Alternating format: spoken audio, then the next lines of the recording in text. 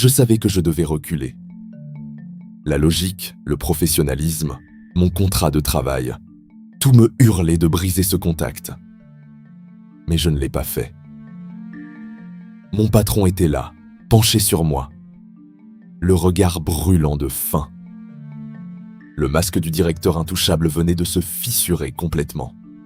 « Alors pénalisez-moi !» ai-je chuchoté. Il était 22h14 un vendredi soir, et la pluie battait violemment contre les immenses baies vitrées du 15e étage.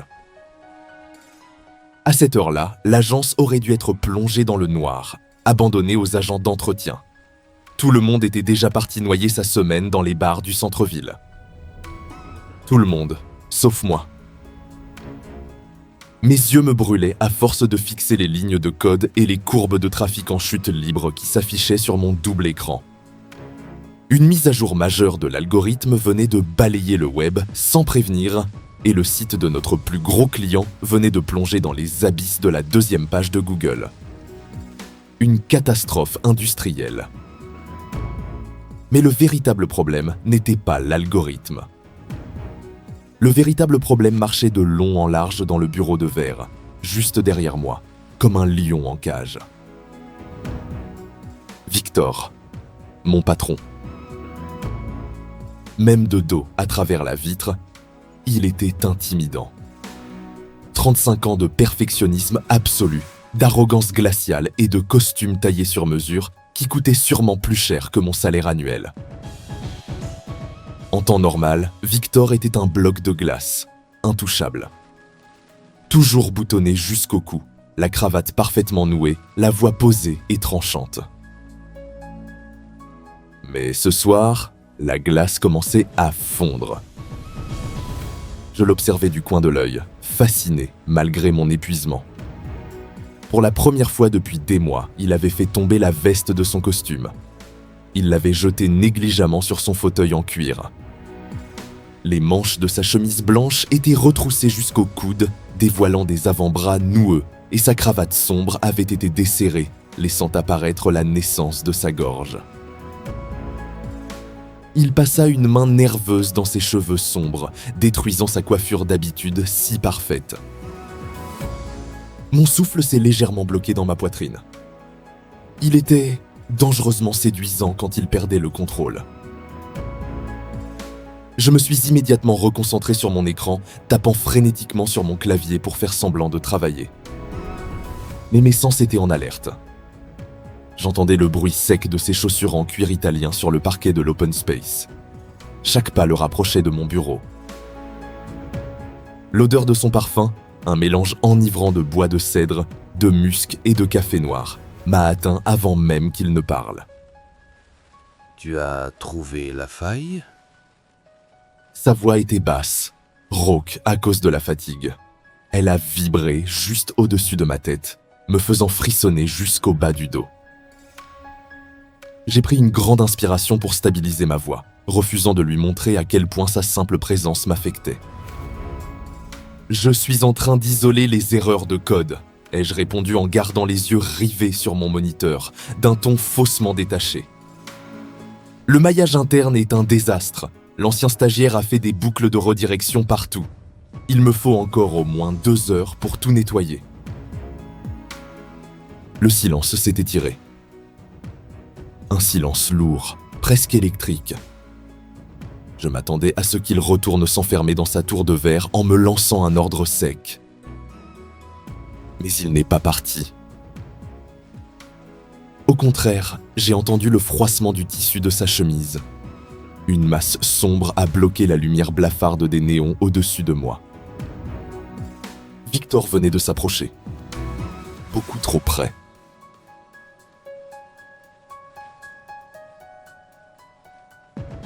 Il s'est arrêté juste derrière mon fauteuil. Je pouvais sentir la chaleur de son corps irradier à travers l'espace minuscule qui nous séparait. Ses mains ont saisi le dossier de ma chaise de bureau. Le cuir a légèrement grincé sous la pression de ses doigts. Fais voir ton écran. Il s'est penché en avant, trop en avant. Son torse frôlait presque mon épaule gauche. Son visage s'est retrouvé à la même hauteur que le mien, sa joue à quelques centimètres seulement. Du coin de l'œil, je voyais la courbe autoritaire de sa mâchoire, assombrie par l'ombre d'une barbe de fin de journée. Mon rythme cardiaque a dangereusement accéléré. J'ai dégluti difficilement. L'erreur vient du sitemap, ai-je murmuré, essayant désespérément de garder une voix professionnelle. L'arborescence a été cassée au niveau du dossier racine. Regardez. J'ai tendu la main vers ma souris pour lui montrer le code. Mais au même moment, il a eu la même idée. Sa grande main, chaude et ferme, est venue se poser, exactement sur la mienne. Un choc électrique invisible a traversé mon bras tout entier. Il n'a pas retiré sa main. Au contraire, sa paume lourde a enveloppé mes doigts crispés sur le plastique de la souris. Son pouce a effleuré la peau sensible de mon poignet. Je me suis figé. Mon souffle est resté bloqué dans ma gorge. L'agence entière semblait avoir disparu. Il n'y avait plus que le bruit lourd de la pluie contre les vitres, le bourdonnement des serveurs et cette chaleur brûlante sur ma main. Tu cherches au mauvais endroit. Son haleine chaude a caressé la peau de mon cou, faisant se dresser les poils sur ma nuque. Sa voix était devenue dangereusement grave, vibrant jusque dans ma poitrine. Il n'a pas bougé sa main. Avec une lenteur calculée, il a guidé la mienne pour faire défiler la page de code, écrasant mes doigts sous les siens à chaque mouvement. La ligne 404. Le problème est toujours enfoui plus profondément qu'on ne le pense. Il faut juste savoir où creuser. Il parlait de l'algorithme. Mais le ton de sa voix, l'intensité de sa présence et la pression autoritaire de sa main sur la mienne racontaient une toute autre histoire. Je tournai lentement la tête vers lui. Nos regards se croisèrent. Ses yeux étaient noirs, intenses et brûlés d'une faim qu'il ne cherchait même plus à cacher.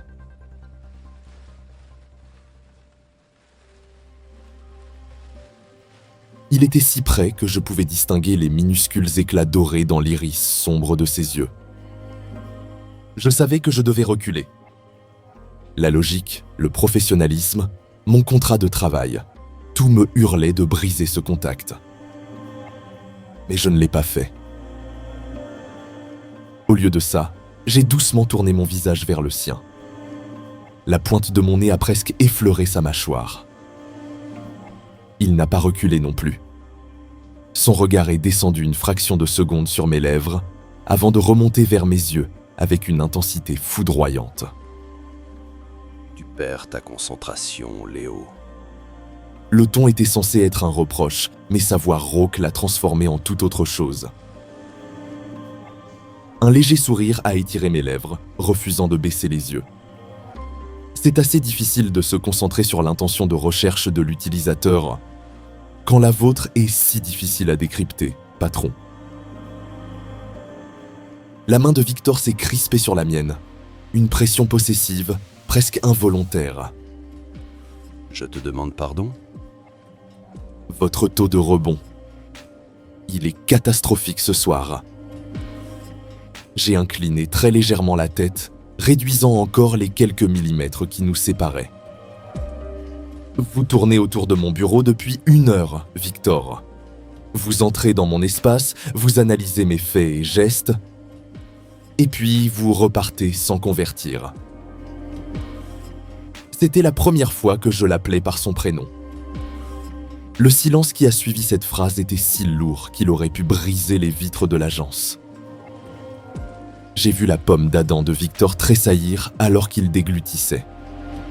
Le masque du directeur glacial, impassible et tyrannique, venait de se fissurer complètement. Ses narines se sont légèrement dilatées, comme un prédateur qui vient d'être acculé par sa propre proie. Tu joues à un jeu très dangereux. Tu n'as aucune idée des failles de sécurité que tu es en train d'exploiter. J'ai soutenu son regard noir. Mon cœur battait à tout rompre contre mes côtes, mais je ne pouvais plus m'arrêter. Alors pénalisez-moi, ai-je chuchoté.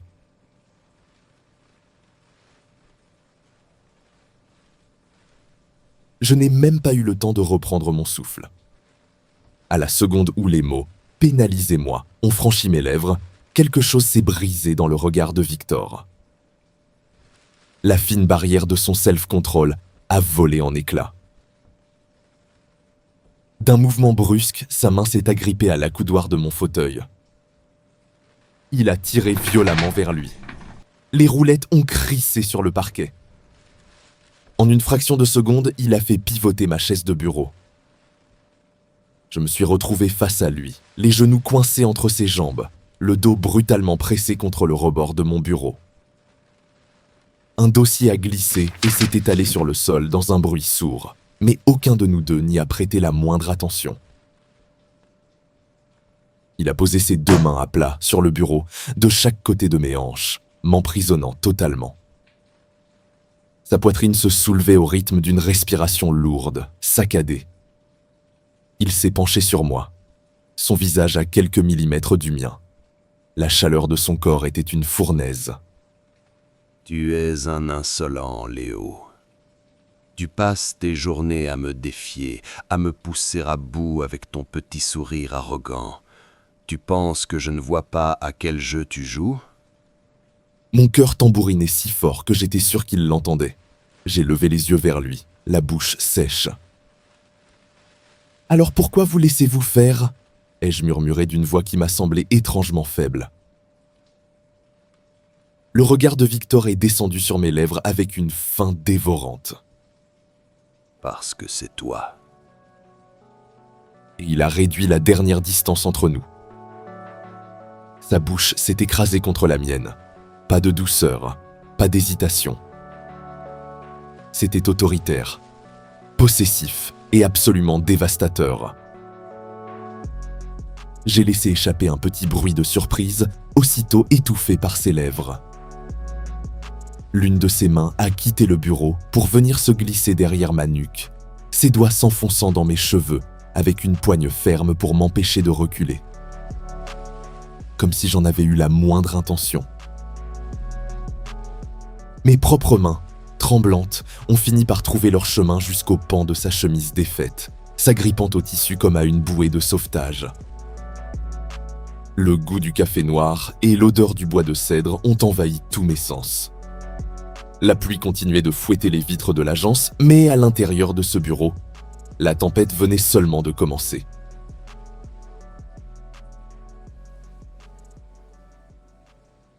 Lundi matin, 9 heures précises.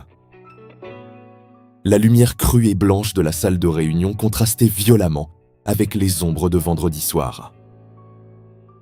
Toute l'équipe de direction était rassemblée autour de la grande table en verre, les visages fermés, l'air grave. La crise de l'algorithme n'était toujours pas totalement résolue. Debout en bout de table, Victor dirigeait la réunion avec une autorité glaciale. Son masque de directeur impitoyable était parfaitement en place. Son costume gris anthracite était immaculé, sa chemise d'un blanc éclatant et sa cravate, parfaitement nouée. En le regardant balayer l'open space de son regard sombre et intouchable, j'avais presque l'impression d'avoir rêvé.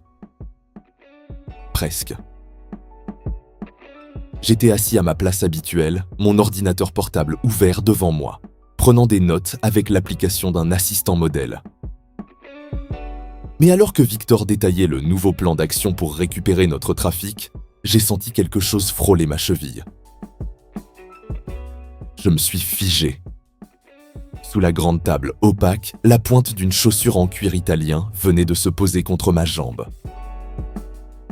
Avec une lenteur calculée et terriblement insolente, le cuir a glissé le long de mon mollet. J'ai levé les yeux brusquement. Victor parlait au directeur marketing, sa voix posée ne tremblait pas d'1 millimètre. Son visage était de marbre. Et la caresse sous la table s'est faite plus insistante. Léo. Toute la salle s'est tournée vers moi. Mon cœur a fait un bond dans ma poitrine. « Oui, monsieur ?» ai-je répondu, espérant que personne ne remarquerait la légère rougeur sur mes joues. Le regard noir de Victor a accroché le mien. Il y avait une lueur prédatrice, une étincelle de pure provocation qui n'appartenait qu'à lui. Le nouvel audit SEO. Je veux que vous me l'apportiez dans mon bureau ce soir, à 20h. Assurez-vous que nous ne serons pas dérangés. J'ai dégluti, soutenant son regard brûlant tout en sentant son pied presser doucement ma jambe sous la table. « Bien sûr, patron », ai-je murmuré. La mise à jour de l'algorithme avait peut-être fait chuter nos clients. Mais en ce qui me concernait, je venais tout juste de sécuriser la première position.